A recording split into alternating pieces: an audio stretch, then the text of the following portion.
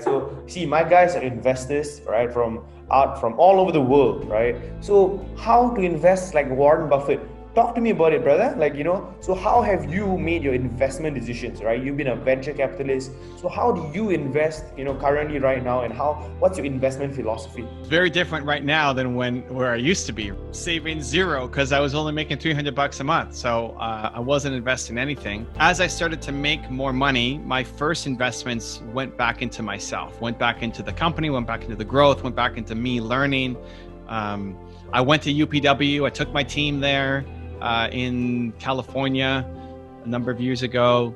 So I would invest into things to try to make me better, because I think the best investment you're going to make is in yourself. When I started throwing off even more free cash flow, I started investing into most of the stock market.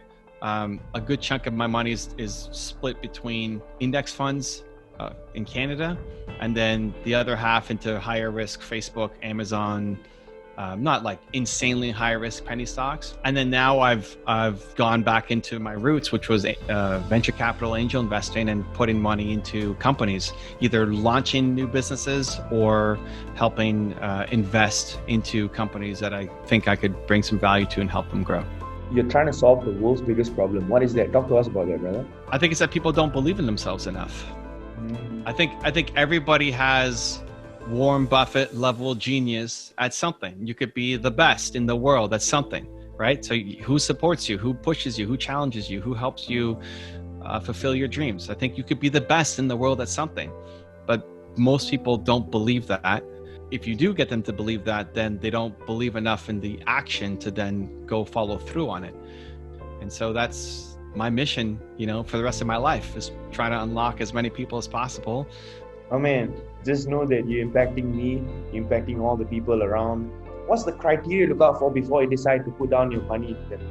Well, it starts with the people, right? So the people, the person. Do you love the person? Do you think this is the person? So in the venture capital industry, we used to call it the horse for the course. Is this the horse for the course? Like, is this the person who's going to take us down the winning path? Because you could have the greatest business plan in the world, but is this the person who's going to execute it or not? Most of my early investments were time, and now I'm investing more money into companies. Are there any companies that you are looking out for, like really, as in you put your money in, besides the big boys, right? Like what are some of these maybe lesser known companies? Why you invested in it? I still, even when I invest, I either invest in the market, right? So we're just buying the index funds, just get the ETFs and pay no commissions almost. Or I bet on why Facebook and Amazon, because I'm betting on Bezos and Zuckerberg. I don't know them personally, but I would bet on them. Somebody asked me, why would you buy Tesla? Like, I like Elon Musk, but I would bet on Zuckerberg or Bezos ahead of him. I run this company, and I'm trying to build the largest community of givers in the world. And I'm trying to take my company from 7 to 8 to 9 figures to impact billions of lives around the world, right? What is one thing that I should avoid doing, right, in scaling a business from 7 to 8 to 9 figures? Avoiding complacency. Like it's easy for people to then look at, this is the curse of successful people. It's easy for people to look at you and say, well, look at how much you've done. Oh my gosh, you're so successful. And compared to where you came from and your family background and all this, like you might be the best of the people around you, but it's still nothing compared to what you could do.